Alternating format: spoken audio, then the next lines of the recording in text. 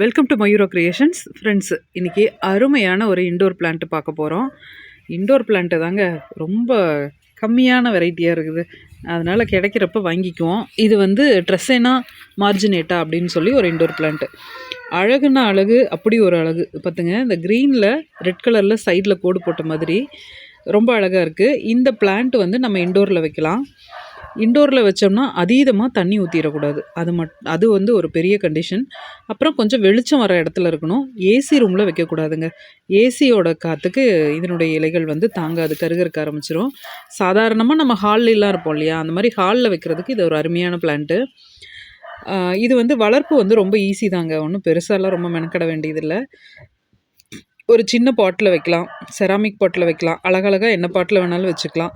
இல்லை நீங்கள் இந்த கேனெல்லாம் கட் பண்ணி டிசைன் பண்ணுவாங்க குழந்தைங்க, பெயிண்டெல்லாம் அடித்து. அந்த மாதிரி எதாவது லீவுக்கு ஐடியா கொடுத்திங்கன்னா கூட அவங்க அது மாதிரி ரெடி பண்ணி அழகாக மூக்கு, கண் எல்லாமே வரைஞ்சி இந்த பிளான்ட்டை வச்சுட்டாங்கன்னா ரொம்ப அழகாக இருக்கும் பார்க்குறதுக்கு. இந்த மாதிரி இன்ட்ரெஸ்ட் இருக்கிற குழந்தைங்களுக்கு அது கொடுங்க. இது வந்து நாசாவால் ரெக்கமெண்ட் பண்ணப்பட்ட ஒரு செடி. இதில் வந்து நிறைய ஆக்சிஜன் வெளியிடும், கார்போஹைட்ரேட்டு, அப்புறம் வந்து காற்றுல கலந்துருக்க சில மெட்டல்ஸ் எல்லாம் உறிஞ்சிக்கும். அதனால் இந்த பிளான்ட் வந்து நம்ம இண்டோர் பிளான்ட்டாக செலக்ட் பண்ணி வைக்கலாம். ஏசி ரூம் மட்டும் தவிர்த்துட்டோம்னா போதும். மற்றபடி கொஞ்சம் லைட்டாக வெளிச்சம் இருக்கிற இடத்துல வைக்கலாம். ஒரு வாரம் 10 நாள் ஒரு தடவை இந்த இலைகளை வந்து நம்ம ஒரு துணியை வச்சு தொடச்சி விட்டுருணுங்க.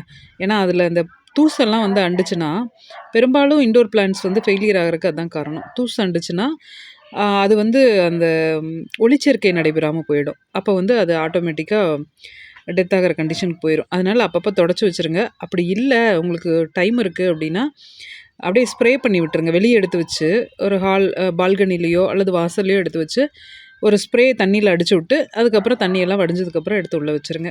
இப்போ அந்த மாதிரி மெயின்டெனன்ஸ் பண்ணோம்னா எப்பயுமே நல்லா வளரும் இந்த இண்டோர் பிளான்ட்டு. இது வந்து ரொம்ப கம்மியாக தாங்க இருக்குது. நான் வாட்ஸ்அப் கேட்லாகில் ஆட் பண்ணல. பார்க்குறவங்க நீங்கள் டைரெக்டாக வாட்ஸ்அப்லேயே ஆர்டர் கொடுத்துக்கோங்க. கம்மி பிளான்ட்டு தான் இருக்குது. ஆட் பண்ணிட்டோம்னா எனக்கு தெரியாமல் ஆர்டர் போட்டு பே பண்ணிடுறாங்க. அதனால் நான் சொல்கிறேன்.